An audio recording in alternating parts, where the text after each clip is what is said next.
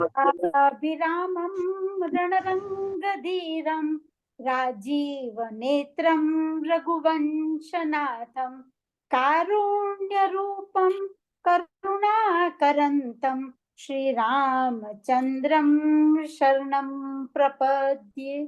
मनोजवं मारुततुल्यवेगं जितेन्द्रियं बुद्धिमतां वरिष्ठं वातात्मजं वानरयूथमुख्यं श्रीरामदूतं शरणं प्रपद्ये। श्रीरामदूतं शरणं प्रपद्ये। प्रणाम। जय श्री राम भाई और बहनों। इस रामायण क्लास में तो गत सप्ताह हमने लंका में प्रवेश कर लिया था और बड़ी तेजी से डॉक्टर कामेश्वरी जी हमें लंका लंकापति रावण के दरबार में तक ले आई थी। अब दरबार में उसके बाद में हुआ क्या वो हमें नहीं पता, तो आज पता लगाते हैं क्या हुआ। तो डॉक्टर कामेश्वर जी को मैं आमंत्रित करता हूँ कि आज बालकांड दोहा क्रमांक 19 से दोहा क्रमांक 49 मतलब 49 ही। सो चले हमारे तो 19 से 49 तक का अध्ययन हम करेंगे। जय श्री राम। डॉक्टर कामेश्वरी आपका स्वागत है जी। जय सिया राम। ओम जी। सभायै नमः। सभी सुधी जनों को मेरा सस्नेह नमस्कार प्रणाम। रामाय रामभद्राय रामचंद्राय वेधसे रघुनाथाय नाथाय सीतायाः पतये नमः। तो आज लंका कांड के दूसरे अंश में हम सभी लोग पादार्पण कर रहे हैं। तो आज जो हम है वो पढ़ेंगे, जैसे ओम जी ने भी बताया, 19 से 49, 19 से लेकर 49 तक के जो दोहे हैं उन्हें। तो इसमें हम क्या क्या पढ़ेंगे? तो हम पढ़ेंगे अंगद रावण का संवाद, मंडोदरी द्वारा रावण को पुनः समझाना, अंगद का राम सेना में वापसी और युद्ध का आरंभ।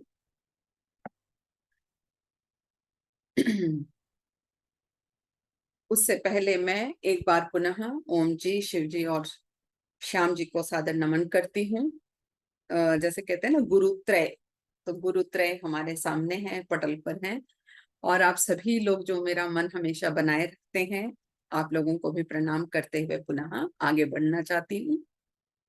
तो सबसे पहला जो अंश है या जो चौपाई हमारे सामने आती है तो वह है, कह 10 कंठ कवन तय बंदर, मैं रघुबीर दूत 10 कंधर, मम जन कही तो ही रही मिताई, तव हित कारण आयो भाई। तो रावण ने कहा कि अरे बंदर तू कौन है? तो अंगद ने कहा, मैं श्री रघुवीर का दूत हूँ, मेरे पिता और तुम में मित्रता थी, इसलिए मैं तुम्हारी भलाई के लिए यहाँ आया हूँ। फिर कहते हैं, उत्तम कुल पुलसित कर नाती, शिव बिरंची पूजे हो बहु भांति, बर पायहु कीन्हेहु सब काजा, जीते हो लोकपाल सब राजा।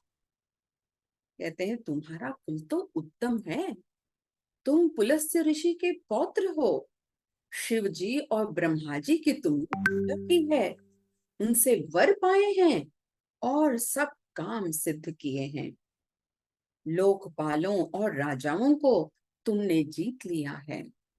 देखिए कि इसमें शुरुआत से ही ये जो मैनेजमेंट स्किल्स या मैनेजरियल स्किल्स होते हैं लोगों के, किस तरह से व्यक्त हो रहे हैं। अंगद पहले आए तो हैं रावण को समझाने के लिए, फिर धीरे धीरे जो है वो कैसे वो बातें जो है वो कैसे बदलती जाती हैं, वो हम आगे बढ़ते हुए हम समझने का प्रयास करेंगे। फिर वो कहता है कि नृप अभिमान मोह बस किंबा, हरि आनेहु सीता जगदम्बा, अब शुभ कहा सुनहु तुम्ह तुमोरा, सब अपराध क्षमि ही प्रभु तोरा। फिर वो कहता है कि देखो भाई, मुझे पता है किसी मद के कारण या मोह में तुमने सीता को यहाँ ले आए। अब मेरी तुम एक सलाह सुन लो। वो ये है कि अगर तुमने मेरी बात सलाह सुन ली, मेरी बात तुमने समझने का प्रयास किया, तब तो प्रभु भी तुम्हारी रक्षा कर देंगे। फिर कहता है, दसन गहु तृण कंठ कुठारी, परिजन सहित संग निज नारी, सादर जनक सुता कर आगे, एहि विधि चलहु सकल भय त्यागे। फिर वो कहता है, करना तुम कुछ भी नहीं है ज्यादा, बस एक काम करो, दांतों में तिनका दबाओ, गले में कुल्हाड़ी डालो, कुटुंबियों अपने स्त्रियों सहित आदर पूर्वक जाकर जानकी को सौंप दो, भय छोड़ दो, प्रार्थना करो, तब तो प्रभु तुमको निर्भय कर देंगे। मगर क्या हमारे रावण इन बातों को सुनना चाहते हैं या समझना चाहते हैं? सुनते हैं, देखिए। रे कपि पोत बोलू संभारी, मूढ़ न जाने ही मोही सुरारी, कहो निज नाम जनक कर भाई, के ही नाते मानिए मिताई। कहता है, अरे बंदर के बच्चे, तू संभाल कर बोल। मूर्ख, तूने क्या समझ लिया? अपना और अपने बाप का तो नाम बता। तुम कैसे मित्रता मानते हो? तो फिर भी अंगद को देखिए, जब उसने कहा बंदर के बच्चे, तो भी अंगद को पहले गुस्सा नहीं आया, क्रोध नहीं हुआ। उसने क्या कहा? अंगद नाम बाली कर बेटा, तासों कबहू भय ही बेटा, अंगद बचन सुनत सकुचाना, रहा बाली बानर में जाना। वो कहता है कि पहले फिर अंगद ने अपना परिचय दिया, फिर बताया कि मैं तो बाली का पुत्र हूँ। तभी रावण को बाली के नाम के बंदर का स्मरण हुआ। अंगद तही बाली कर बालक, उपजेहु वंश अनल कुल घालक, गर्भ न गयहु व्यर्थ तुम जायहु, निज मुख तापस दूत कहायहु। वो कहता है, अच्छा तुम ही हो बाली के लड़के, तुम तो कुल नाशक हो, गर्भ में ही तुम क्यों नहीं नष्ट हो गए? व्यर्थ में पैदा हुए हो, और अपने इस मुंह से तुम तपस्वियों का दूत कहलाते हो, अपने आप को तुम बहुत बड़ा कहते हो कि मैं उनका दूत हूँ। अब कहु कुशल बाली कह आहई, बिहसी बचन तब अंगद कहई, दिन 10 गए बाली पहि जाई, पूजेहु कुशल सखा उरलाई। तब बाली की कुशलता बताता हूँ, सुनो वह कहाँ है। जब रावण ने ये सवाल किया तो अंगद ने हंस कर कहा, अब बस 10 दिन तुम रुक जाओ, फिर स्वयं ही बाली के पास चले जाना और उसी से कुशल क्षेम पूछ लेना। वे तुम्हें बताएंगे कि श्री राम जी से विरोध करने पर क्या होता है।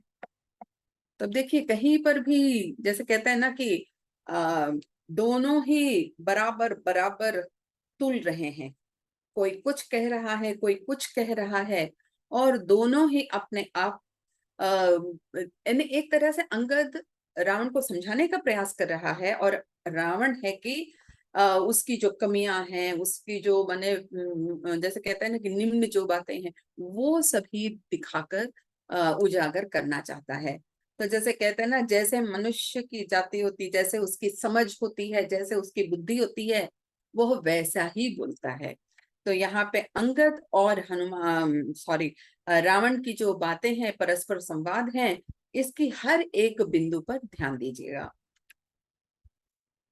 फिर वो समझाने का प्रयास करते हैं कि भाई, वो कहते हैं कि शायद तुम्हारे जो पराई स्त्री की चोरी की, तुमने धर्म के व्रत का जो धारण धारण किया, पर पहले तो तुमने जो किया वो अच्छा काम नहीं किया, तो इससे अच्छा था तो तुम डूब मरते। तो जब ऐसी बातें कही, तो फिर अंगद को अंगद की जो क्रोध भरी बातें थी, उसे सुनकर रावण को भी क्रोध आ गया। फिर वो कहते हैं कि अरे अंगद, तुम ये कैसी बातें कर रहे हो?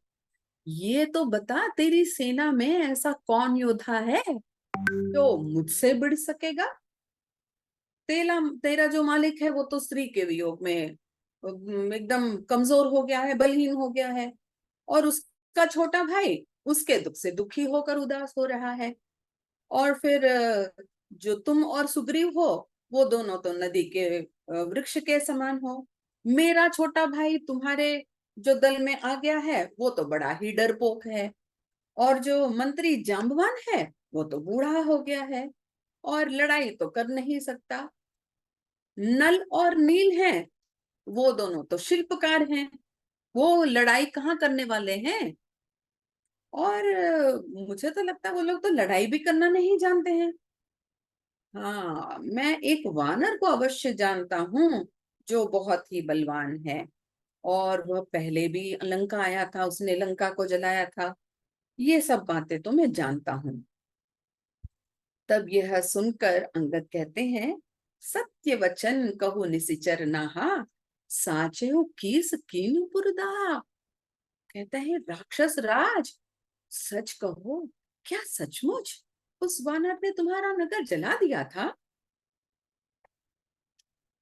प्रीति विरोध समान सन करिय, नीति असि आही, जो मृगपति बध मेढ़ुकन ही, बल्कि खहई को ताही। वो कहते हैं कि मैं नीति कहता हूँ, और जो नीति है वो कहता है कि प्रीति और वैर बराबर वालों से करना चाहिए।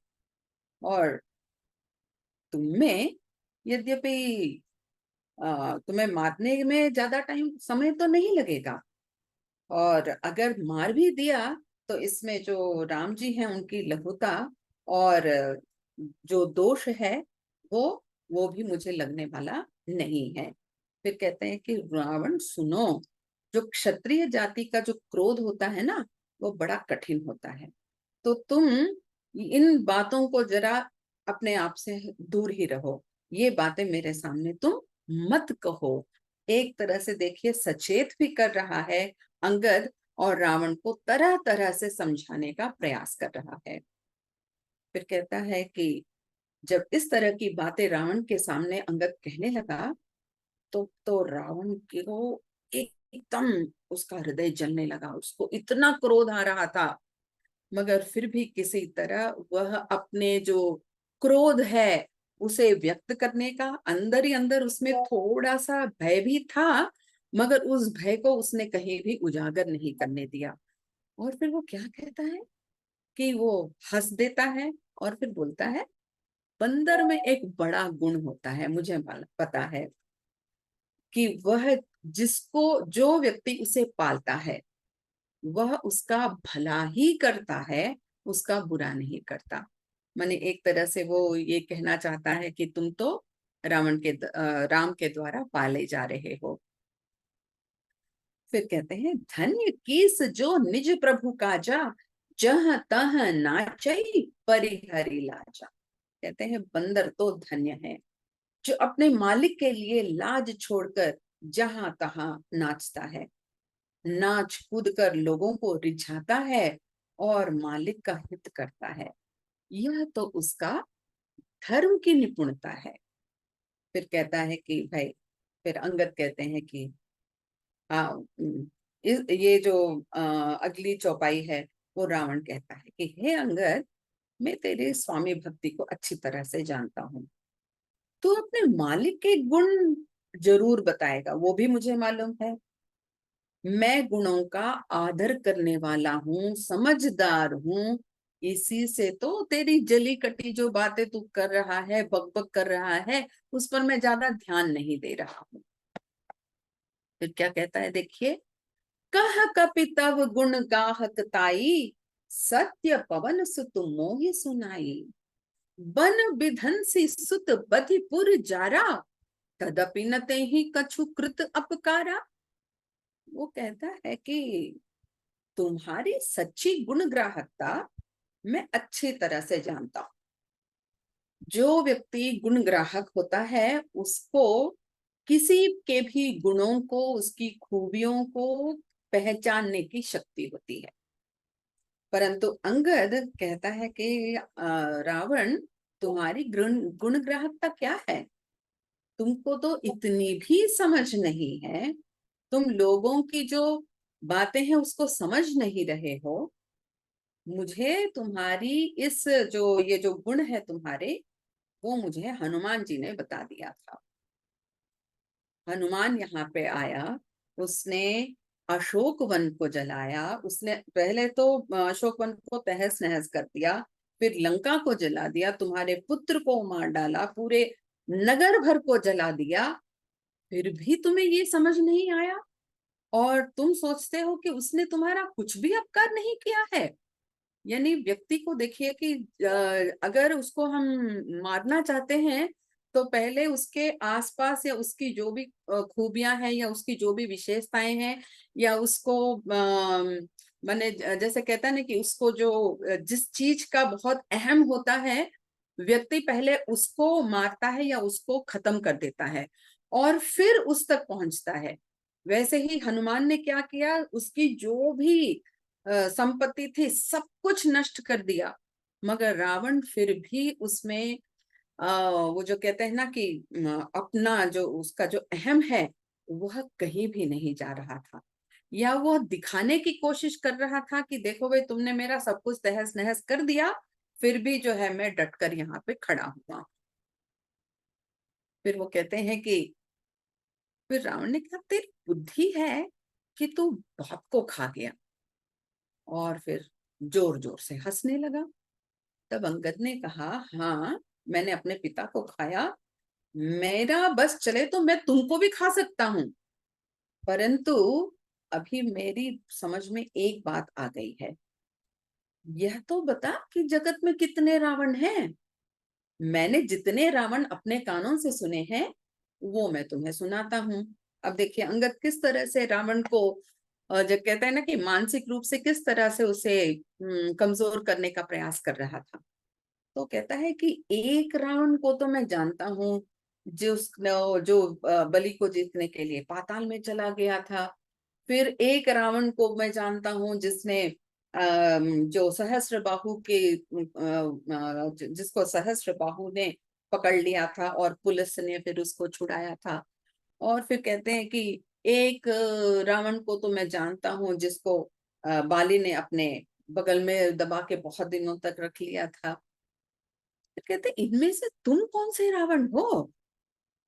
अब पहले खींचना छोड़ो, सच सच बताओ क्या बात है। अब रावण ने कहा, मैं वही रावण हूं जिसकी भुजाओं की करामात कैलाश पर्वत जानता है, उस महादेव की मैंने पूजा की है। अपनी देखिए अभी अपनी प्रशंसा खुद कर रहे हैं, अपनी जो भी जैसे कहते हैं ना प्लस पॉइंट जो भी उसमें है वो सब बताने का प्रयास कर रहा है रावण। फिर वो कहता है, मैंने तो बड़े बड़े दिग्गजों दिशाओं के जो हाथी होते हैं दिग्गज, उनको मैंने अपनी छाती की कठोरता से मैंने उनको कुचल दिया था। वो जानते हैं, जाके उनसे पूछो दिक्पालक उनसे, जिनके भयानक दांतों को मैंने कैसे तोड़ दिया। जैसे ही वो मेरे छाती से लगे वो मूली की तरह टूट गए। मैंने कहने का यह अभिप्राय कि मुझ में इतना ज्यादा प्रताप है, इतना ज्यादा बल है। कहते सोई रावण जग विदित प्रतापी, मैं वही रावण हूं जिसमें इन सभी चीजों को खत्म करने की एक तरह से बल है, प्रताप है मेरा। फिर वो कहते हैं, उस महान प्रतापी और जग प्रसिद्ध रावण को तू छोटा कह रहा है और मनुष्य की बड़ाई कर रहा है। अरे दुष्ट, मैंने तेरा ज्ञान जान लिया है। फिर राम मनुज कस रेसठ बंगा, धनवी कामु नदी पुनि गंगा, पशु सुर धेनु कल्प तरु रूखा, अन्न दान अर रस पीयूषा। वो कहते हैं कि श्री रामचंद्र जी, कामदेव, गंगा जी, कामधेनु, फिर कल्प वृक्ष, गरुड़ जी, शेष जी, चिंतामणि, वैकुंठ, हनुमान जी, इन सभी की विशेषताओं का वो बखान करते हैं। कहते हैं कि इनकी जो विशेषता है वह अपरिमित है। अब तुम किस किस को मने किस किस का तुम सामना कर सकते हो। फिर वो कहते हैं कि तेरा मान मत कर, अशोक वन उजाड़ कर, नगर जलाकर तेरे पुत्र को मार डाला। कपट छोड़कर सुन, कृपा के समुद्र श्री रामचंद्र जी को भजो। यदि तू श्री राम का वैरी हुआ तो तुझे ब्रह्म रुद्र भी बचा नहीं सकते हैं। तो मैंने एक तरह से एक जैसे अल्टीमेट देते हैं ना, वैसे अंगद एक अल्टीमेट दे रहा है रावण को कि भाई अभी भी वक्त जाया नहीं हुआ है, अभी भी तू मैंने सचेत हो जा, सुन ले मेरी बात, मैं जो कह रहा हूँ उसे सुनो। अंत में फिर ये नहीं कहना कि ब्रह्मा ने मेरी सहायता की, ना शिव जी ने मेरी सहायता की, कोई भी तुझे आकर बचा नहीं पाएगा। ते तव सिर कंदुक समनाना, खेली हही भालू कीस चौगाना। जब ही समर कोप ही रघुनायक, छुट हही अति कराल बहु सहायक। फिर वो कहते हैं कि भाई अगर तुम मेरी बात नहीं माने तो फिर आगे क्या होने वाला है। वो कहते हैं कि जो रीछ और वानर हैं, गेंद के समान तेरे सिरों से चौगान खेलने वाले हैं। यहाँ पर एक क्षण के लिए मैं बताना चाहूंगी आप सभी लोगों की ये चौगान क्या होता है। तो कहते हैं कि चौगान का जो खेल है वह ईरान या पर्शिया में प्रारंभ हुआ था और ये उनका राष्ट्रीय खेल है। कहते हैं कि बहुत हजारों वर्ष पहले वहां के जो लोग थे वो चौगान खेलते थे। और जैसे एक दल में 6 सदस्य होते हैं और ये महिलाएं और पुरुष दोनों खेलते थे। और फिर गेंद के पीछे जो है वो खुद सवार होते हैं और गेंद की सहायता से जो है वो जैसे गोल वगैरह है बनाते हैं। और यही धीरे धीरे बाद में चलकर जो पोलो गेम है वो बन गया। और आजकल ये पोलो जो गेम है वो हमारे अमीरों का एक खेल कहा जाता है, पहले लोग इसे खेला करते थे। फिर उसके बाद चलते हैं, देखिए फिर अगली जो चौपाई है, दोहा है उस पर। तो इस तरह से अंगद जो है वो रावण को तरह तरह से सचेत कर रहा है, उसकी कमियों को निकाल रहा है, उसे नीचा दिखाने का प्रयास कर रहा है, ये सोचकर कि हो सकता है वह भयभीत हो जाए, प्रभु के चरणों में आ जाए। मगर रावण है कि उसकी बातों पर बिल्कुल भी कान नहीं दे रहा है। तो अंगद की जब ये बातें सब सुनता है तो रावण को बहुत गुस्सा आ जाता है। फिर वो कहता है कि कुंभकर्ण अस बंधु, मम सुत प्रसिद्ध सक्रारी, मोर पराक्रम नहीं सुने ही, जीते वो चराचर झारी। वो कहता है कुंभकर्ण, सॉरी अभी ये दोहा भी जो है वो अंगद ही कह रहे हैं। कहता है कुंभकर्ण तेरा मेरा, नहीं रावण का ही है, सॉरी, कुंभकर्ण मेरा भाई है, जो इंद्र का शत्रु है, मेघनाद मेरा पुत्र है, और मेरा पराक्रम तूने सुना नहीं है कि मैंने इस संपूर्ण जगत को जो है वो जीत लिया है। तो अब जो भी मैंने उसमें जो प्लस पॉइंट्स है उसे किस तरह से उजागर कर रहा है देखिए रावण। और फिर कहता है सठ शाखा मृग जोरी सहाई, बांधा सिंधु इहई प्रभुताई, नाघई खग अनेक बारीसा, सूर न होहि ते सुन सब कीसा। वो कहता है कि वानरों, अब ये जो बात है वो रावण कहता है अंगद से कि वानरों की सहायता से समुद्र पर राम ने बांध जो है पुल बांध लिया, तो उसको तुम प्रभुताई कहते हो, उसको तुम बड़ापन कहते हो प्रभुताई को। समुद्र को तो पक्षी भी लांग जाते हैं, इसमें कौन सी बड़ी बात है। फिर सूर रावण सरिस, स्वकर कोटि जहि शीस, हुने अनल अति हरस बहु, बार साखी गौरीस।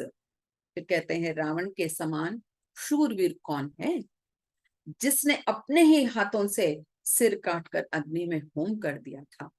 कहते हैं कि जो रावण है उसने अपने होम में अपने सिर काट कर डाल दिए थे। और ये भी कहा जाता है कि जो विधाता है वो जैसे कहते हैं ना कि उसपे के भाल पर लिखा था कि उसकी जो मौत है वह मनुष्य से होगी, तो वो इसीलिए वह अपने सर को काट कर जो है अग्नि में डाल देता है, और ये सोच कर कि मेरा क्योंकि मुझे पहले ही वरदान प्राप्त है, इसीलिए मेरा कोई नाश नहीं कर सकता।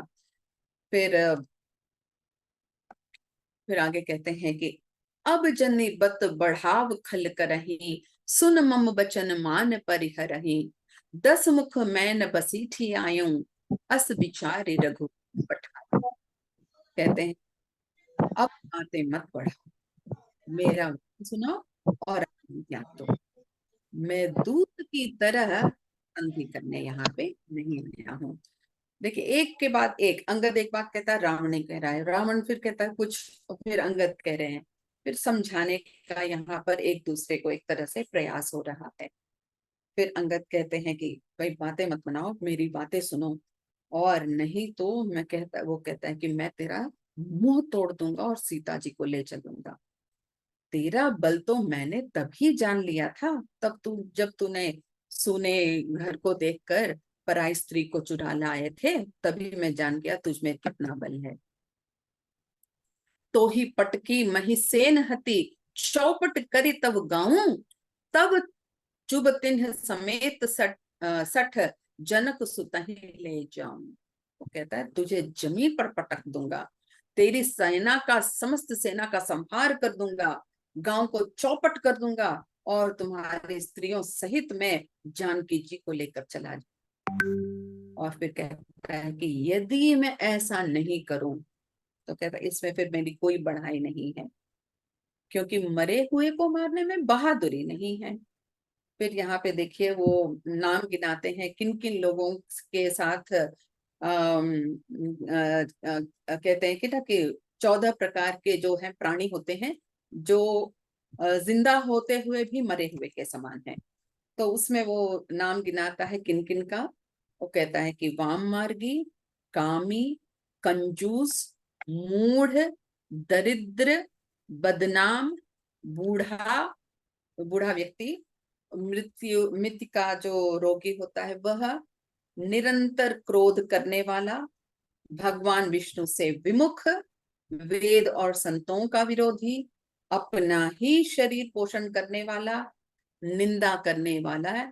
ये सभी 14 प्रकार के जो लोग हैं वे महापापी कहलाते हैं, और ये जिंदा होकर भी मुर्दों के समान होते हैं। फिर अंगद की ये बातें सुनकर जो है वो हाथ मलता रह जाता है।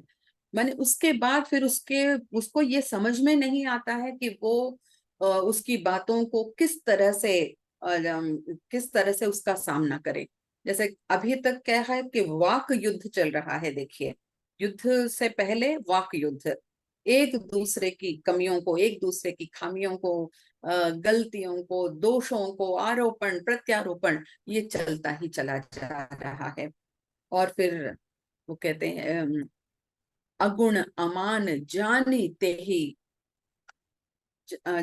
ही दीन पिता बनवास, सो दुख अरु जुबती बिरह, पुण्य निस दिन मम त्रास। फिर वो रावण क्या कहता है, जो जिसके बल पर कड़वे वचन बक रहा है, उसमें बल, प्रताप, बुद्धि और तेज कुछ है। उसे गुणहीन और मानहीन समझकर ही तो पिता ने उसे वनवास दे दिया था, और एक तू है जो उसी के बारे में इतनी सारी बातें बता रहा है, और उसके बल पर अपने आप को पता नहीं क्या समझते हुए इस तरह से बातें कर रहा है। एक तो खुद वह अपने दुख से दुखी है, उस पर उसकी युवती उसके पास नहीं है, उसकी विरह में वो जल रहा है, और फिर रात दिन मेरा उसका डर भी बना हुआ है। तो तू कौन से स्वामी की बात कर रहा है। तो रावण की ये बातें सुनकर अंगद देखिए उसका जैसे कहता है प्रतिकार कैसे करता है। कहता है जब ते ही कीन राम कई निंदा, क्रोधवंत अति भयउ कपिंदा, हरि हर निंदा सुनई जो काना, हो ही पाप गो घात समान। जब उसने श्री राम जी की निंदा की, जब रावण ने राम जी की निंदा की, तब अंगद को आ गया सचमुच में क्रोध, और उस क्रोध में उसने क्या कहा, शास्त्रों में भी कहा गया है कि जो व्यक्ति अपने कानों से भगवान की निंदा सुन लेता है, भगवान विष्णु की, शिव जी की निंदा सुनता है, वह गोवध के पाप के समान है। यानी इससे ज्यादा अब मैं अपने स्वामी के बारे में कुछ भी सुनने को तैयार नहीं हूं। और अंगद क्या करता, अपने पहले तो दांत कटकटाता है और फिर दोनों भुजदंडों को पृथ्वी पर एकदम दे मारता है। और उसके ऐसे करते ही पूरी पृथ्वी जो है हिलने लगती है, और जो सभासद वहां पे जो है वो गिर पड़ते हैं, और सब लोग भय से इधर उधर दौड़ रहे हैं, भाग रहे हैं, समझ में नहीं आ रहा है कि क्या हो रहा है।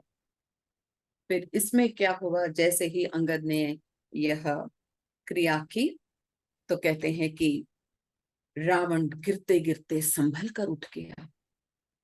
उसके जो मुकुट थे वो सारे मुकुट एक एक करके, माने कुछ मुकुट जो है वो नीचे गिर गए पृथ्वी पर। उसने कुछ को तो उठाकर उसने अपने सर पर रख लिया। फिर अंगद ने क्या किया, इतने में कुछ उठाकर उसने रामचंद्र जी की ओर फेंक दिया। और उधर जब आवत मुकुट देखी कपि भागे, दिनहि लूक परन विधि लागे, की रावण करी कोप चलाए, पुलिस चारी आवत अति धाये। उनको लगा कि पता नहीं क्या हो गया है, तो वानर तो भागे कि पता नहीं क्या है, उल्कापात तो नहीं हो रहा है। तो रावण गुस्से में वज्र चला रहा है, जो यहां तक आके गिर पड़ रहे हैं। प्रभु ने कह, प्रभु हसी जनि हृदय डेरा हूं, लूक न असनी केतु नहीं राहु, एक किरीट 10 कंधर के रे, आवत बाल तनय के प्रेरे। वो क्या कहते हैं, प्रभु हंस देते हैं और फिर कहते हैं, अरे डरो मत, ये उल्कापात नहीं है, ना ही कोई वज्र गिर रहा है, ना ही राहु है, ना ही केतु है, ये तो रावण के मुकुट हैं जो अंगद यहाँ फेंक रहा है। जब ऐसे बात लोग वानरों ने सुनी, तो जैसे कहते हैं ना कि उनको हाँ डांडस बन गई कि मैंने वहां पे कुछ सचमुच जो है कुछ हो रहा है, और खैर नहीं होने वाला है। तो तरकी पवन सुत कर गहे, आनि धरे प्रभु पास, कौतक देखहि भालु कपि, दिन कर सरिस प्रकाश। तो हनुमान ने उछल कर एकदम जो है वो उस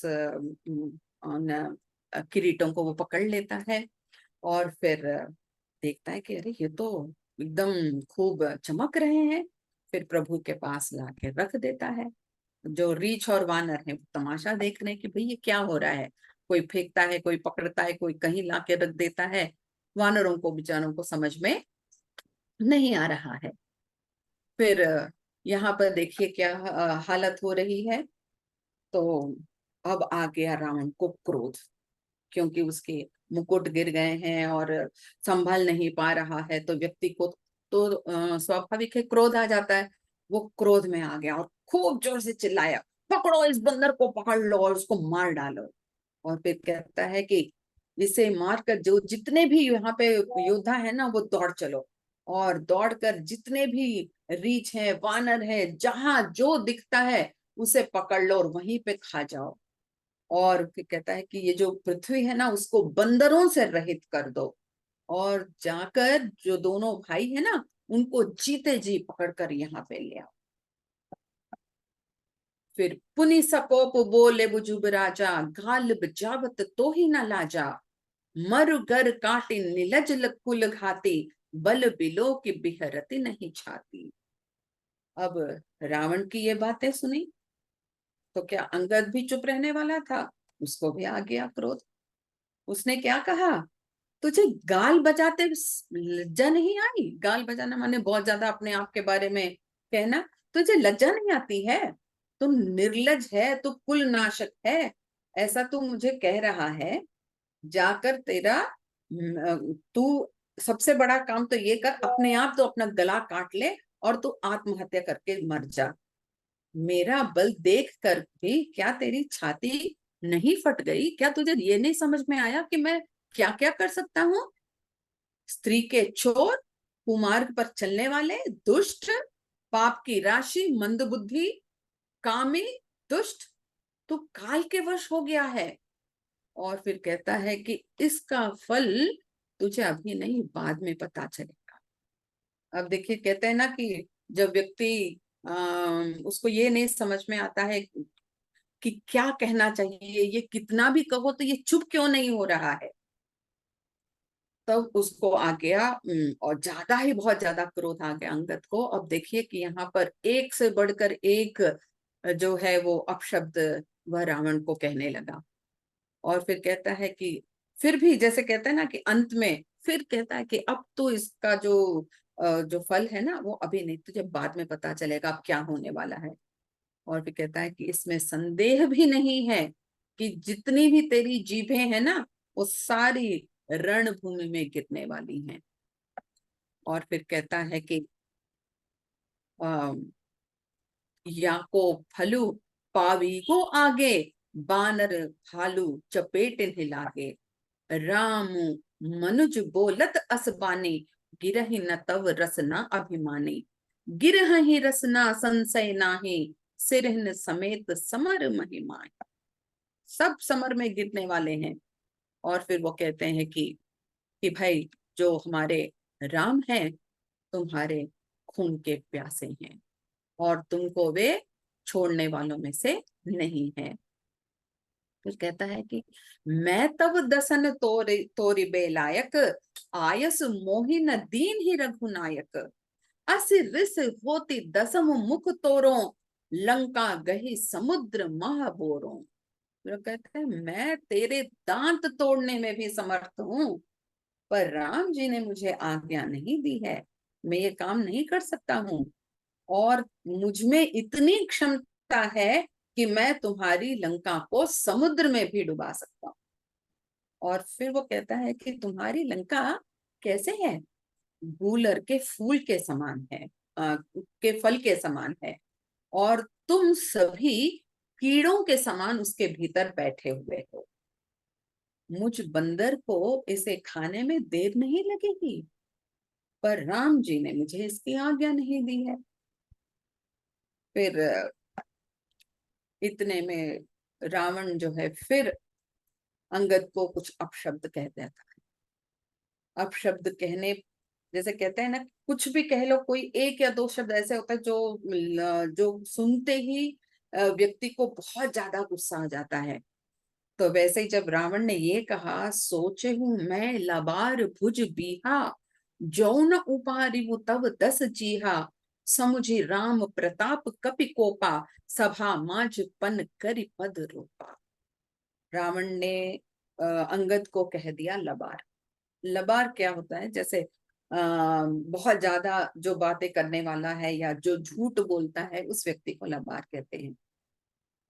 तो इतने शब्द रावण ने अंगद को कहा, मगर अंगद को उस पर ज्यादा उसने ध्यान नहीं दिया। मगर जब उसने लबार कहा तो राम तो आ गया उसको बहुत ज्यादा गुस्सा। तो उसने क्या कहा? उसने एक तरह का प्रण ले लिया कि देखो भाई, तुमने मुझे इतना बड़ा शब्द कहा है, अब मैं इस सभा से यहां से जाने वाला नहीं हूं। उसने प्रण किया और बड़ी दृढ़ता के साथ वह जाके उसने अपना पैर वहां पे जमा दिया। और हम सभी लोग जानते हैं कि शायद इसी के बाद जो है वो अंगद अंगद के पैर एक बहुत अच्छा मुहावरा बन गया, जो किसी जगह से टस से मस नहीं होता है, उसके लिए इस मुहावरे का प्रयोग किया जाता है। तो जब प्रण करके अंगद उसकी सभा में खड़े हो गए। और फिर कहता है कि जो मम चरण सकसी सठटारी, फिर ही राम सीता मैं हारी, सुनहु सुभट सब कह दस सीसा, पद गही धरणी पछारहु कीसा। वो कहते हैं कि और यदि तुमने मेरा चरण यहां से हटा दिया तब तो भाई मैं लौट जाऊंगा और मेरे साथ साथ श्री राम जी भी लौट जाएंगे, और ये सोचूंगा कि मैं सीता जी को हार गया। ने अपनी सेना से कहा, सुनो, उसका पैर पकड़ लो और बंदर को पृथ्वी पर पछाड़ दो। एक तरह से एक आज्ञा उन्होंने दे दिया और कहा कि इसको तो भाई अब खैर नहीं है, यह खड़ा है, अब इसको यहां से चलता करो। तब देखिए कौन कौन आता है। मेघनाद, और जैसे जो बलवान योद्धा है, पूरे बल के साथ आता है, अनेक उपाय करता है, पर उसका पैर हिला नहीं पाता है। जो पैर जहां था वहीं पर है, इतना भी 1 इंच भी यहां से वहां नहीं हटा। तो जो मेघनाद है वहां पर लज्जित होकर अपने स्थान पर जाके बैठ जाता है। फिर अंगद जब उसका चरण पृथ्वी इसको नहीं छोड़ रहा था, तो रावण का मद भी, जैसे कहते हैं ना, कि दूर हो गया। उसको लगा जब मेघनाद भी इसे हटा नहीं पाया, फिर कैसे, क्या हुआ। और फिर एक तरह से जैसे कहते हैं ना कि अंदर ही अंदर वह जैसे हार गया था कि अब क्या। माने एक है, जैसे एक ललकार उसने दी और उस ललकार को वो कुछ भी नहीं कर पा रहा है। तो फिर कपिबल देखी, सकल ही हारे, सबके जितने भी लोग वहां पे बैठे हुए थे सब अपने दिल से हार गए। और फिर अंगद के ललकार ने से स्वयं रावण कहता है कि रावण एकदम दौड़ पड़ता है कि भाई जरा देखो तो, मैं अगर इसके पैर को हिला सकूं तो। तब अंगद कहता है कि अरे, मेरे चरण पकड़ने से क्या होगा, तुम्हारा बचाव अगर कोई कर सकता है तो वो राम जी ही कर सकते हैं, और तुम जाकर मेरे पैर क्यों पकड़ रहे हो, जाओ जाके राम जी के पैर पकड़ो। तब शायद रावण को जो है होश में आया, और फिर वह एकदम अपने आप में सिमट जाता है, ऐसा लगता है, और फिर वापस अपने स्थान पर जाके बैठ जाता है। और उसको अपने आप पर बड़ी लज्जा होती है, और उसकी परिस्थिति जो है वो कैसे हो गई थी कि जैसे सारी पृथ्वी जो है वो है उसके सामने, मगर वो कुछ नहीं कर पा रहा है। उसकी सारी जो संपत्ति है, जो श्री है, जैसे धन है, वो सब कुछ खत्म हो गया, वो तेजहीन हो गया, पूरी तरह से जो है वह हार गया, मन से भी और तन से भी। फिर उसे ये समझ में नहीं आया क्या करूं, अपना सिर नीचा कर लेता है और सिंहासन पर जाकर बैठ जाता है। अंगद ने फिर नीति की बातें कही, पर रावण नहीं माना। उसने उसे सचेत किया और फिर वहां से वो चल पड़ा। जातु जातु धान अंगदपन देखी, भय व्याकुल सब भय बिसेखी। अंगद का प्रण सुनकर सब राक्षस भय से व्याकुल हो गए। संध्या हो गई तो रावण उदास होकर अपने महल की ओर चला गया। अब मंडोदरी को ये पता चला कि यह सारी घटनाएं हो रही हैं, तो वह फिर से वापस अपने पति को समझाने का प्रयास कर रही है। फिर वो कहती है कि कंत समुझी मन तजहु कुमति ही, सोह न समर तुम्हाही रघुपति ही, रामानुज लघु रेख खचाई, सोहु नहीं लागे वो असी मनुसाई। वो कहते वो बुद्धि छोड़ दीजिए, रघुनाथ जी से युद्ध आपको अब शोभा नहीं देती है। उनके छोटे भाई ने एक रेखा क्या खींची, आप तो उसे लांघ भी नहीं पाए, और फिर क्या आपको लगता है कि सचमुच आप उनसे जीत पाओगे। जिनके दूत ने इतना बड़ा काम किया है, खेल ही खेल में समुद्र बांधा गया, उस पर चलकर वे लंका आ गए, अशोक वन उजाड़ दिया, अक्षय कुमार को मार डाला, पूरे नगर को जलाकर भस्म कर दिया, उस पर भी आपके बल का गर्व खत्म नहीं हुआ। उस समय फिर क्या हुआ था आपका बल, जो अभी इतना आप दिखा रहे हो। फिर वो कहती है, अब पति मृषा गाल जनि मारहु, मोर कहा कछु हृदय विचारहु, पति रघुपति ही नृपति जनि मानहु, अग जग नाथ अतुल बल जानहु। वो कहती है कि आप रघुपति को आप राजा मत समझिए, वे तो जगन्नाथ हैं, और अत्यंत बलवान हैं, और उनके बाणों का प्रताप मारीच जानता है।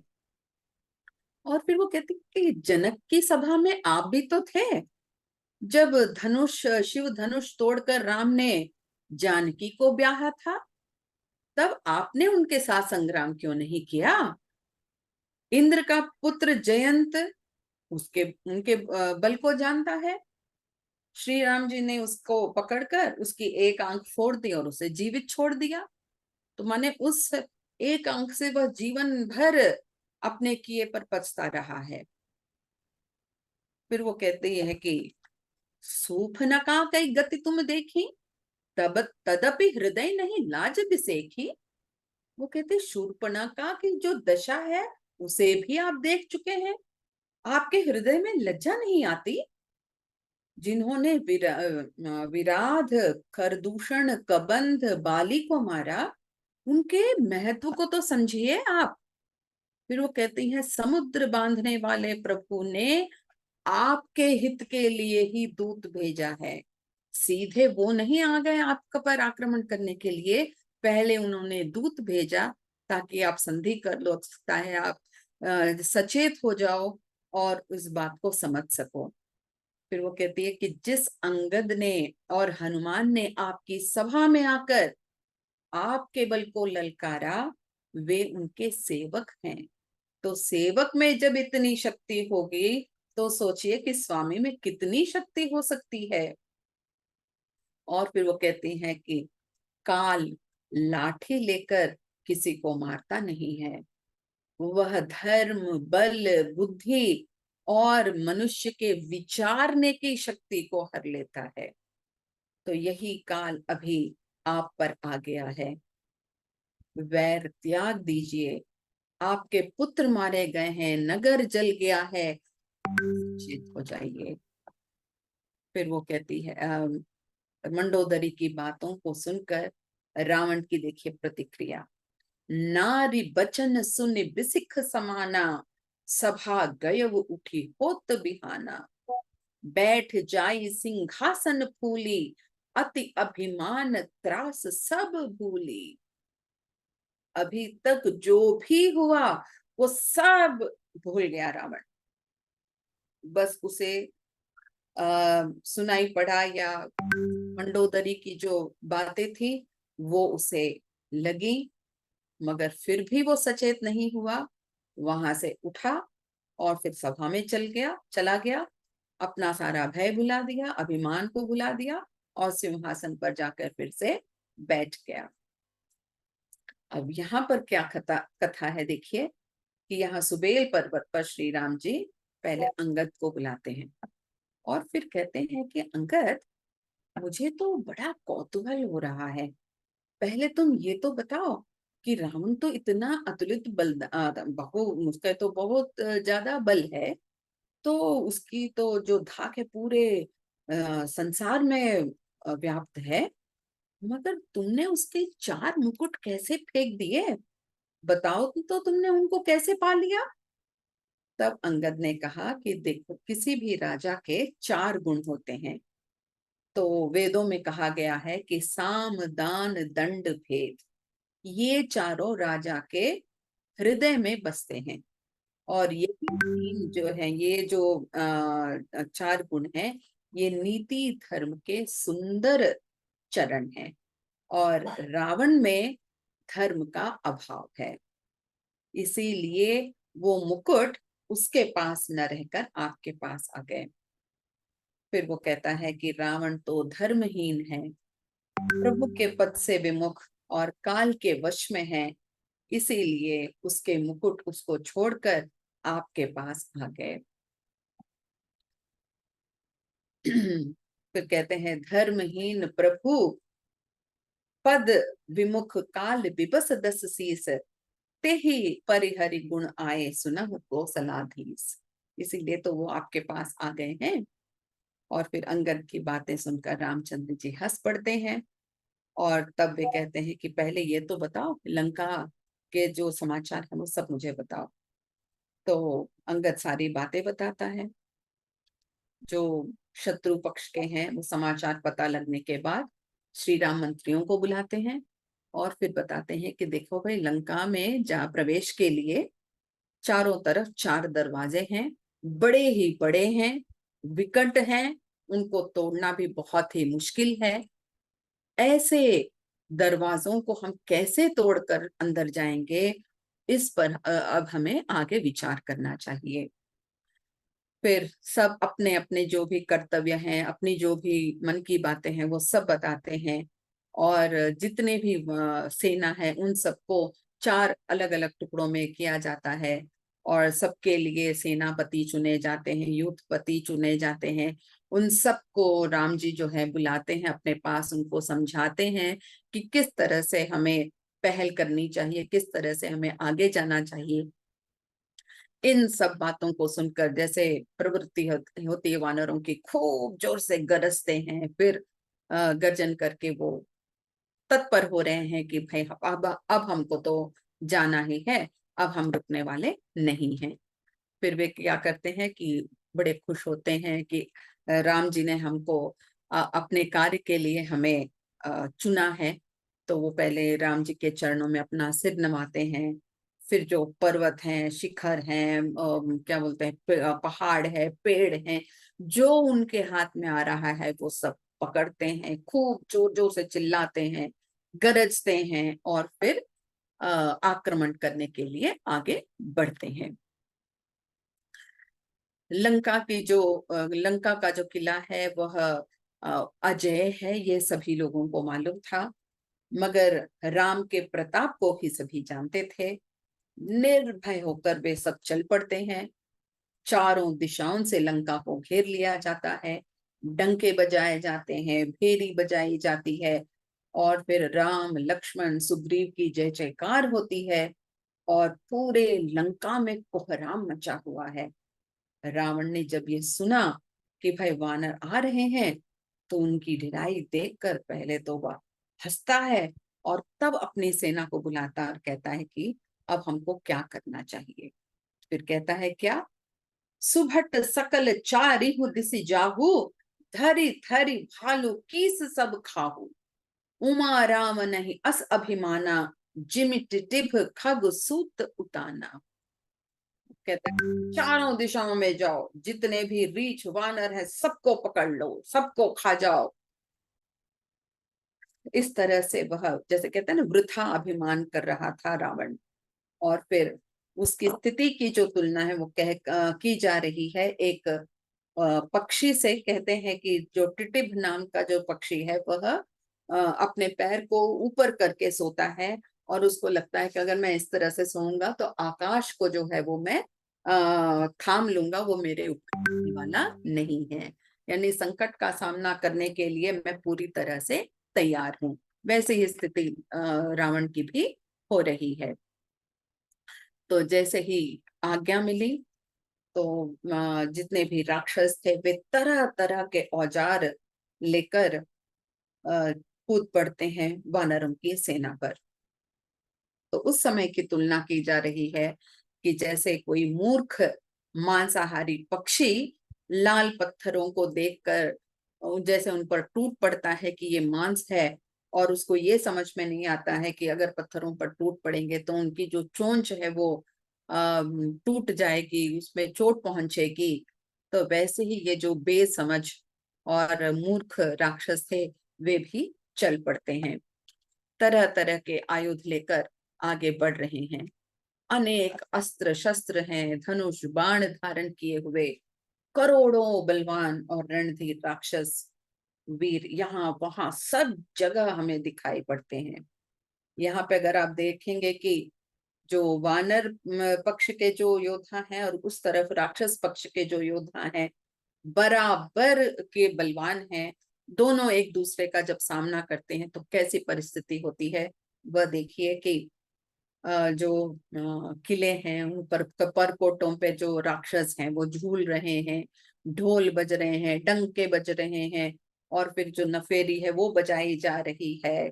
और कायर जो है वे, उनके हृदय जो है वो कांप रहे हैं। एक तरफ से तो वो दिखाना चाहते हैं कि वो बहुत ही वीर है, बलवान है और लड़ने के लिए तैयार हैं, और दूसरी तरफ हृदय में वो दिल ही दिल में बहुत ही अ, डर रहे हैं, कांप रहे हैं, मगर अपने विशाल शरीर से योद्धा बने हुए, बलवान बने हुए आगे बढ़ रहे हैं। और हमारी वानर सेना और भालू भी आगे बढ़ रहे हैं। रीछ वानर दौड़ रहे हैं घाटियों को, वे जो भी घाटियां आ रही हैं वो बिल्कुल उनको, माने उनके लिए तो ना के बराबर है, उनको भी लांग कर वो है लांग जाते हैं, फिर पहाड़ों को पकड़ लेते हैं, उनको फोड़ देते हैं, रास्ता बना रहे हैं, अपने दांत कटकटा रहे हैं, गरज रहे हैं, ऊंटों को काट रहे हैं, माने कुछ भी करके वो चाहते हैं कि ये जो मौका है उसे हाथ से नहीं जाने देना है। एक तरह से ये एक उन पर ये भी है प्रश्न चिन्ह कि भाई जिस सेना में हम हैं, यानी राम जी की सेना में, उनको हमें किसी भी तरह हमें डटकर सामना करना है राक्षसों का, और हमें इस पक्ष को जिताना है।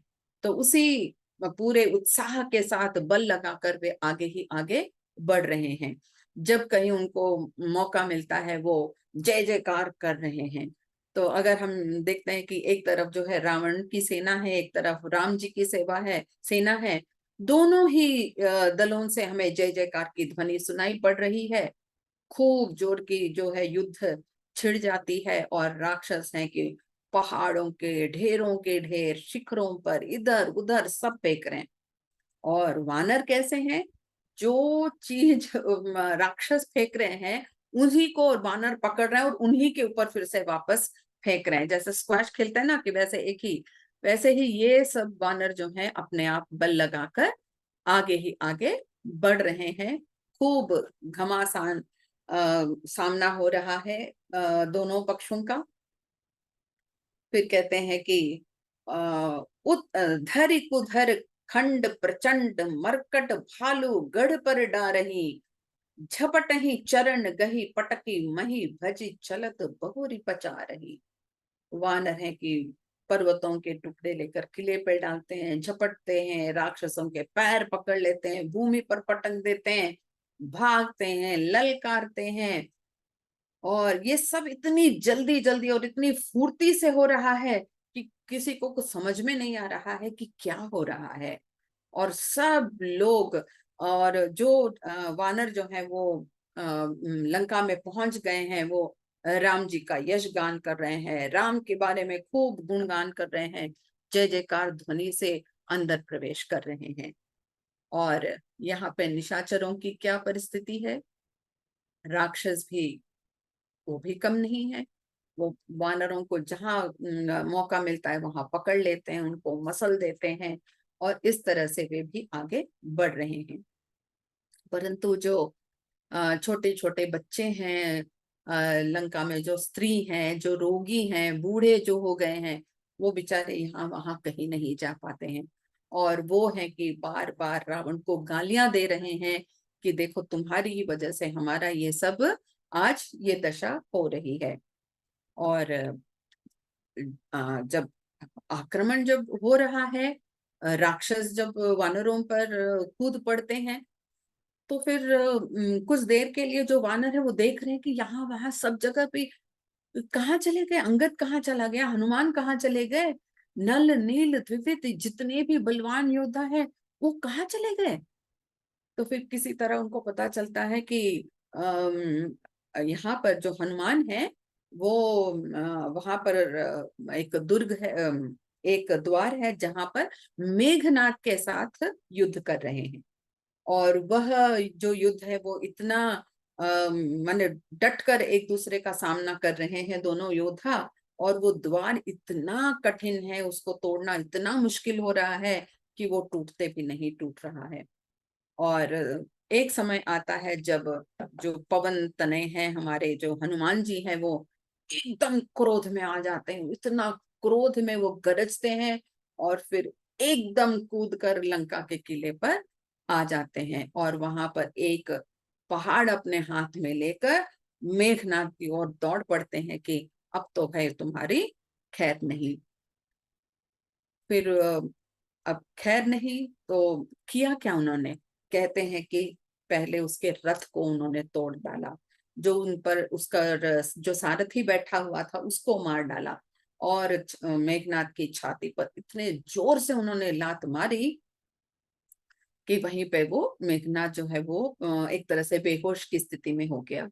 और तब जो दूसरा एक और दूसरा सारथी है वो आकर मेघनाथ को रथ में डालता है और जल्दी से उसे जो है वो अपने किले में ले चलता है। और जब अंगद को ये पता चलता है कि जो हनुमान जी है वो किले पर अकेले हैं, तो वे जो बशनर नाम का एक खेल है, वो कहते हैं कि इस तरह से वह उसको उछल कर जो है वो किले पर चढ़ जाता है। अब ये जो बशनर का जो खेल है उसके बारे में क्या कहा जाता है, जैसे छोटे बच्चे जैसे गुड्डे गुड़ियों का खेल खेलते हैं, छोटे छोटे बच्चे कठपुतलियां वगैरह लगाकर, और बचपन में हम लोग भी खेला करते थे छोटे छोटे खेल के, गुड्डे गुड़ियों का खेल होता था। वैसे ही ये जो वानर हैं ये सभी वे बशनर के खेल के समान जो है वे उछल कूद करते हुए एक किले से दूसरे किले पर, एक द्वार से दूसरे द्वार पर उछल कूद कर रहे हैं। फिर कहते हैं, युद्ध विरुद्ध क्रुद्ध द्वौ बंदर, राम प्रताप सुमिरे उर अंतर, रावण भवन चढ़े द्वौ धाई, करहि कौशलाधीश दुहाई। तो शत्रुओं के विरुद्ध दोनों वानर क्रुद्ध हो जाते हैं, दौड़कर रावण के महल पर चढ़ जाते हैं और फिर राम की दुहाई देने लगते हैं। फिर वो एकदम कलश सहित महल को नीचे गिरा देते हैं। उसे देखकर रावण फिर डर जाता है। स्त्रियां जो है छाती पीट पीट के रो रही हैं और कहने लगी, तो अब तो पहले तो एक ही था, अब तो दो दो वानर जो है वो आ गए हैं। फिर वे गरज कर शत्रु के बीच में कूद पड़ते हैं और अपने भुजबल से मर्दन करने लगते हैं। किसी को लात मारते हैं, किसी को थप्पड़ मारते हैं, और इस तरह से वे तरह तरह के जो है वो काम कर रहे हैं। और फिर उस समय की जो स्थिति थी वो कहते हैं कि जब एक दूसरे को मारकर मसलते हैं और तो सिर तोड़कर फेंकते हैं, तो उनका जो सिर है वो कैसे फूटता है, वैसे ही जैसे दही की हांडी हो वैसे फूट कर जो है रावण के कदमों पर जाके गिर पड़ती हैं। और जो जिन उनके जो प्रधान सेनापति हैं उनको पकड़ लिया जाता है, उनके पैर पकड़कर उन्हें प्रभु के पास फेंक देते हैं। और फिर विभीषण उनको उनके नाम बताता है कि ये इनका नाम है, तो श्री राम जो है उन्हें उन्हें भी अपना पद जो है धाम जो है वो देते हैं। फिर भुज बल रिपु दल दल मली, देखी दिवस कर अंत। तो अपने भुजाओं के बल से शत्रु की जो सेना है उसको कुचल कर मार डालते हैं। और जब ये देखा जाता है कि दिन का अंत हो गया है, तो हनुमान और अंगद वापस अपने दल में आ जाते हैं। और फिर राम जो है उन्हें श्रम रहित कर देते हैं, उन पर हाथ फेरते हैं और सब लोग खुश हो जाते हैं। और इधर जब राक्षसों को ये पता चलता है कि यहाँ अंगद और हनुमान नहीं है, तो वे फिर वानरों पर धावा बोल देते हैं और कहते हैं कि जो दोनों ही दल के जो सेना है वह किसी भी तरह हार जो है वो नहीं मान रही है। फिर इतने में जो अनिप अकंपन अरु अतिकाया, बिचलत सैन कीन्ह इन्ह माया। तो जो अकंपन जो है वो रावण के मामा है, और अतिकाय जो है वो सेनापतियों ने जिनको अपना ये एक तरह से स्वामी बना के रखा था। तो अतिकाय जो है वह रावण की जो है दूसरी पत्नी है धन्यमालिनी, उसका पुत्र है अतिकाय।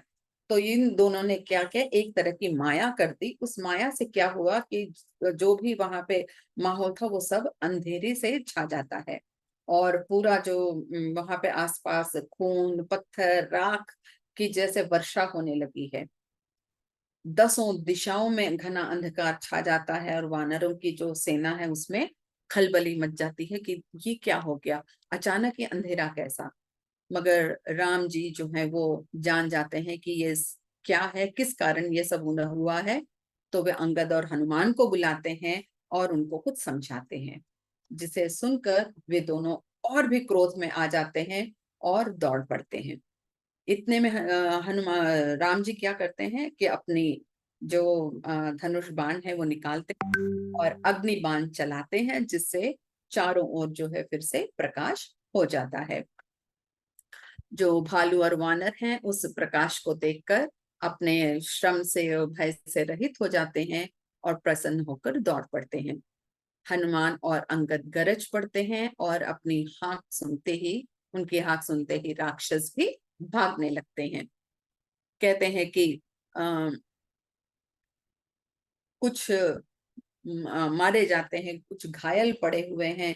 ऐसी जो लोग हैं, वानर हैं, उनको देखकर जो है सब लोग डर रहे हैं कि ये क्या हो रहा है, और अपने बल से वे शत्रु दल को विचलित करके रीछ और जो वानर है वो दौड़ पड़ते हैं, गरज पड़ते हैं, अपनी तरह तरह से अपनी क्रीड़ाएं दिखा रहे हैं। और जैसे ही रात होती है वैसे ही वानरों की सेनाएं राम के पास पहुंच जाती हैं और राम उन पर अपनी कृपा दृष्टि दिखाते हैं। और यहाँ लंका में रावण अपने मंत्रियों को बुलाता है और फिर बताता है कि भाई वानरों ने तो हमारी आधी से ज्यादा सेना का संहार कर दिया है, अब हमें क्या करना चाहिए। तब माल्यवंत नाम का एक बूढ़ा राक्षस जो था वो आता है, जो रिश्ते में रावण का नाना लगता है और बहुत बड़ा श्रेष्ठ मंत्री भी है। वो आता है और कहता है कि देखो भाई, मैं अत्यंत नीतिपूर्ण बातें तुमको समझाने वाला हूँ, वो समझो, सुनो मेरी बात। जब से तुम सीता को हर कर लाए हो तब से सारे अपशकुन ही अपशकुन हो रहे हैं। श्री राम से विमुख होकर किसी ने सुख नहीं पाया है। जिन्होंने हिरण्यकश्यप, हिरण्याक्ष, मधु, इन सभी को मारा है, वे ही कृपा के सागर अभी राम अवतरित हुए हैं। इस बात को तुम समझ लो। और काल स्वरूप दुष्टों को भस्म करने वाले गुणों के धाम ज्ञान घन शिव जी और ब्रह्मा जी भी जिनकी सेवा करते हैं, उनसे तुम वैर मत करो। इतना कहने पर भी रावण नहीं माना। फिर माल्यवंत उसे समझाते हैं कि भाई वैर छोड़ दो, जानकी जी को उनको दे दो और तुम राम जी का तुम भजन करो। मगर राम को उसके वचन अच्छे नहीं लगते हैं। वो बोलता है तू तो अभागा है, ऐसा काला मुंह लेकर मेरे सामने तू क्यों आया? तू बूढ़ा हो गया है, नहीं तो तुझे मैं अभी ही मार डालता। चलो चले जाओ मेरे आंखों के सामने, अब तुम कभी दिखाई नहीं देना। ये बातें सुनने के बाद माल्यवंत अब मन में सोच लेते हैं कि अब इसकी रक्षा कोई नहीं कर सकता है, ये तो पूरी तरह से मारा गया। और तब जो है मेघनाथ कहता है कि आपको किसी चीज की चिंता करने की जरूरत नहीं है, बस अब आप सवेरे देखो मेरी करामात में क्या करने वाला हूँ। रावण को पुत्र की वचन या पुत्र की बातें सुनकर भरोसा हो जाता है कि हाँ ये जरूर कुछ करेगा। उसको बड़े प्रेम से अपने पास बुलाते हैं, अपने गोद में बिठाते हैं। सवेरा हो जाता है और फिर देखते हैं कि वानर सभी दरवाजों पे खड़े हैं और युद्ध के लिए तत्पर हैं। और मेघनाथ सुनि श्रवण अस गढ़ पुनि छेका आई, उतरियो बीर दुर्ग ते सन्मुख चलयो बजाई। कहते हैं कि मेघनाथ ने जब यह सुना कि वानरों ने फिर किले को घेर लिया है, तो वह किले से उतरा और डंका बजाकर उनके सामने चला गया। तो अंत में मैं यह कहना चाहूंगी कि अपशब्द, आरोपण, आरोप प्रत्यारोप, अपनी प्रशंसा अपने आप करते हुए व्यक्ति दूसरे को अपनी महानता दिखाना चाहता है, अपनी उच्चता दिखाने का प्रयास करता है। एक तरह से तो ये व्यक्ति अपने मानसिकता को चोट पहुंचाते हैं, ऐसा मुझे लगता है। और उसे ये जो अपशब्द हैं, ये बातें हैं, किसी भी व्यक्ति को मानसिक मानसिक रूप से तो चोट पहुंचाते ही उसे नीरस भी कर देते हैं। जैसे अंगद, विभीषण, मंडोदरी, माल्यवंत सभी ने रावण की भलाई के लिए ही नीतिपूर्ण बातें बताई, मगर उसे किसी की भी बातों पर उसको किसी की भी बातें उसे अच्छी नहीं लगी। जैसे कहते हैं कि विनाश काले विपरीत बुद्धे, व्यक्ति शुद्ध बुद्ध खो जाता है और उसकी वजह से अपना सब कुछ खो देता है। व्यक्ति को कुछ हो न हो, समझ जरूर होनी चाहिए। दूसरों की बातों पर कभी न कभी उसे अवश्य ध्यान देना चाहिए, और व्यक्ति अपने पद से नहीं अपने व्यवहार से ऊंचा या नीचा होता है। अस्तु, थैंक यू, धन्यवाद। बहुत अच्छा कामेश्वरी जी। जी, बहुत बढ़िया दीदी, बहुत बढ़िया। बहुत बहुत बढ़िया, ग्रेट। बहुत अच्छा कामेश्वरी जी, बहुत अच्छा। बहुत अच्छा धन्यवाद डॉक्टर बहुत ही कामेश्वरी। सुंदर व्याख्या की कामेश्वरी जी आपने, बहुत ही सुंदर। जी, एकदम लंका कांड साक्षात लग रहा था कि युद्ध स्थल में पहुंच गए। पहुंच गए। बहुत आपकी जो बहुत ही समझ, बढ़िया, आपकी जो एक्सेलेंट। क्या बोलते हैं, आपकी जो वो आपने एक चौपाई दी थी, वो उसका उत्तर में दे पाई। विजया दुबे जी, आपने गुण ग्राहकता के बारे में पूछा था। अरे मैं तो निरुत्तर हूँ, आपने तो निरुत्तर कर दिया। इतना बढ़िया डिस्क्रिप्शन किया है, मैं अब कौन सा उत्तर पूछूं आपसे। Thank you very much. चलिए, बहुत बहुत बहुत धन्यवाद। काफी समय हो गया, तो जी, डॉक्टर कामेश्वरी जी के लिए थोड़ी तालियां बज जाए। बहुत बहुत धन्यवाद डॉक्टर साहब। तो अब दुष्टों का नाश करने के लिए कोई अवतार लिया था, ऐसा बालकांड में हमने पढ़ा था, सुना था। तो थोड़ी प्रतीक्षा करनी पड़ी, पर समय तो आ ही गया। तो युद्ध आरंभ हो चुका है। मेघनाद अब युद्ध भूमि में उतर गया। तो अब देखिए युद्ध कहाँ तक चलता है। तो ये सब अगले सप्ताह हम डॉक्टर कामेश्वरी जी से सुनेंगे। इस शनिवार को यानी परसों सुंदरकांड का हमारा पहला पाठ, इस ऑनलाइन पहला पाठ मतलब जो नया नई श्रृंखला शुरू कर रहे हैं, उस संदर्भ में। वैसे तो इस पटल पे हम सुंदरकांड का कई बार पहले पाठ कर चुके। तो उसमें जो 15 पाठक हैं, उन सबसे निवेदन है कि जो इसके हमने मिलकर नीति नियम बनाए उसका पालन करें। एक बार मैं दोबारा पोस्ट करूँगा, और वो बहुत आवश्यक है, और ताकि सुचारू रूप से संचालन चल सके। और उसके बाद में फिर जुलाई से हम नियमित, ये प्रयोग सफल रहा तो जुलाई से नियमित सुंदरकांड का पाठ करेंगे। First Saturday of every month and third Tuesday of every month. तो इस शनिवार के अनुभव के बाद में, यानी अगले सप्ताह किसी दिन मैं Google form as usual float करूँगा। तो आप वही 3 महीने का करेंगे, 3 महीने में 6 दिन हमें मिलेंगे। तो उसमें आप पाठ करना चाहते हैं नीति नियमों के अनुसार, मानते हुए, पालन करते हुए, तो उसमें अपनी डेट्स दे दीजिएगा कि 6 दिन में किस किस दिन आपके लिए संभव है, और उसी हिसाब से हम कैलेंडर बना के पोस्ट करें। ठीक है। तो ये रहा सुंदरकांड के पाठ के बाद। और भगवान परशुराम पर जो उनकी जयंती पर हम लोगों ने यहाँ पर कुछ वक्तव्य रखे थे, तो उसका एक एक्स्ट्रा क्विज जो होगा, क्विज नंबर 105 एक्स्ट्रा क्विज हम यहाँ पोस्ट करेंगे। तो उसको भी अगले 2-3 दिन में या 4 दिन में मैं पोस्ट कर दूंगा।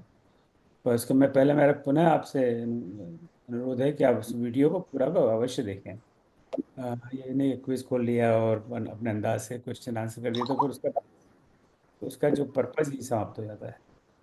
तो इसलिए मैंने अभी तक वो क्विज पोस्ट नहीं किया, एक्चुअली क्विज बनाया भी नहीं है। तो अगले सोम मंगल तक प्रयास मेरा रहेगा, रविवार तक पोस्ट कर सको, पर फिर भी 2-3 दिन ज़्यादा दीजिए। तो that extra quiz will be posted. और बाकी तो जो क्विज वाला हिस्सा पूरा चल ही रहा है। अभी लंका कांड आज ये समझ आधा समाप्त हो गया। बाकी दोस्त डॉक्टर कामेश्वरी जी हमें आगे लंका कांड में ले जाएंगे, और फिर जो अंत का सेगमेंट है उत्तरकांड, वह भाई श्री रामगिरीश द्विवेदी जी हमें उसका अध्ययन कराएंगे।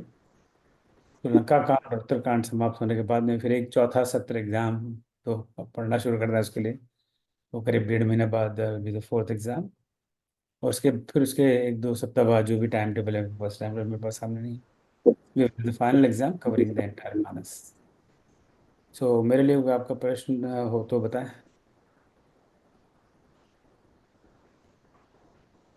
चलिए, कोई प्रश्न नहीं है तो बहुत बहुत धन्यवाद आप सबका आने के लिए आज के क्लास में। और मैं आदरणीय वाइस स्पीकर भाभी से रिक्वेस्ट करूंगा कि समापन करें। जय श्री राम। जय सिया राम। ओम सर्वेषां स्वस्तिर्भवतु, सर्वेषां शांतिर्भवतु, सर्वेषां पूर्णं भवतु, सर्वेषां मंगलं भवतु, सर्वे भवन्ति सुखिनः, सर्वे सन्तु निरामया, सर्वे भद्राणि पश्यन्तु, मा कश्चित् दुःखभाग् भवेत्। ओम अस्तो मा सद्गमय, तमसो मा ज्योतिर्गमय, मृत्युर्मा अमृतं गमय। ओम शांति शांति शांति। जय श्री